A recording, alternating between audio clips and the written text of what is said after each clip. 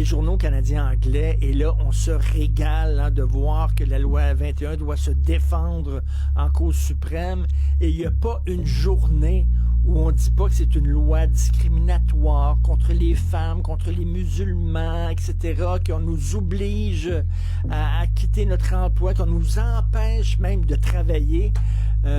Qu'est-ce que tu penses de tout ça?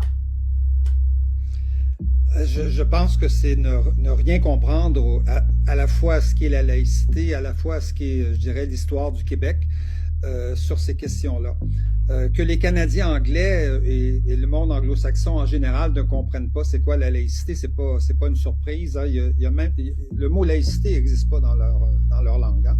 En anglais, ça n'existe pas. Il n'y a pas, il y a pas de traduction il n'y a pas de bonne traduction du mot laïcité en anglais. On traduit par secularism.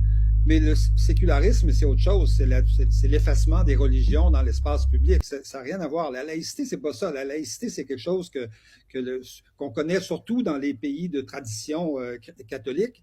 La laïcité, c'est l'État s'occupe pas des religions, OK? Mm-hmm. Puis les religions s'occupent pas de l'État.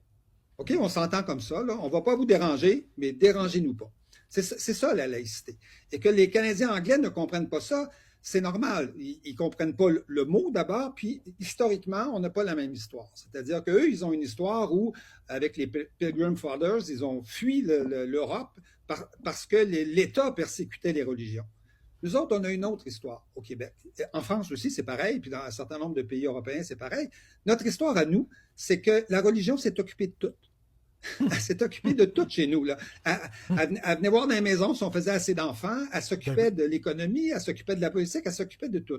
Donc, les Québécois, progressivement, comme les Français l'ont fait avant nous et d'autres l'ont fait avant nous, ils ont dit, on va signer un pacte où vous vous occupez plus de nous, puis nous, on ne s'occupe plus de vous. Et ça veut dire que vous n'êtes plus dans l'espace et vous n'êtes plus dans l'État, dans tout ce qui concerne les affaires de l'État.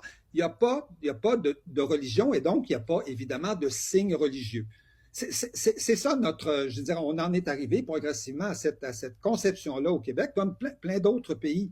Et c'est notre histoire qui dit ça. C'est l'histoire du Québec qui nous amène à dire non, la religion n'a pas d'affaire dans ce qui la religion, elle a tous les droits. Hein, la liberté de religion est garantie, on la protège, elle peut être dans l'espace, dans les lieux publics. Il n'y a pas de problème avec la religion dans les lieux publics, on est d'accord avec ça.